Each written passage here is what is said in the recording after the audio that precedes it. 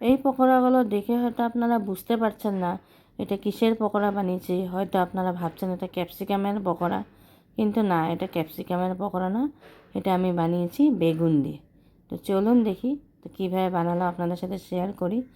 বেগুন দিয়ে এই পকোড়াগুলো বানালে খেতে খুবই দারুণ লাগে।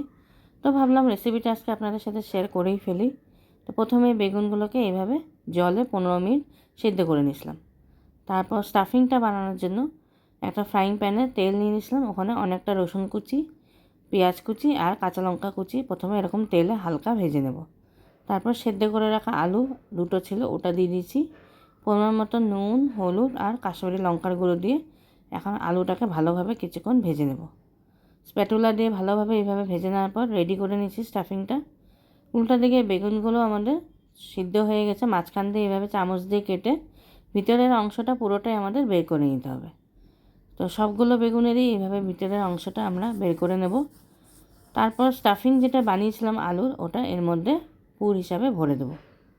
এইভাবে ভরে দেওয়ার পর তারপর নিয়ে নিচ্ছি একটা বেসনের গোলা, যেখানে সমান পরিমাণে বেসন আর চালের গুঁড়া, একটু নুন আর হলুদ দিয়ে মেখে নিয়েছিলাম। উপর থেকে একটু গরম তেল দিয়ে মেখে নেওয়ার পর স্টাফ বেগুনগুলোকে এর মধ্যে ডুবিয়ে এখন গরম তেলে ভেজে নেব। উল্টে পাল্টে ক্রিস্পি করে আমি ভেজে নিয়েছিলাম। খেতে কিন্তু এটা দারুণ লাগে। উপর থেকে দিয়েছিলাম কিছুটা চাট মশলা। কতটা ক্রিস্পি হয়েছে আপনারা নিজেরাই দেখতে পাচ্ছেন। অবশ্যই বলবো বাড়িতে কখনো ট্রাই করে দেখবেন, খেতে কিন্তু এটা খুবই দারুণ লাগে।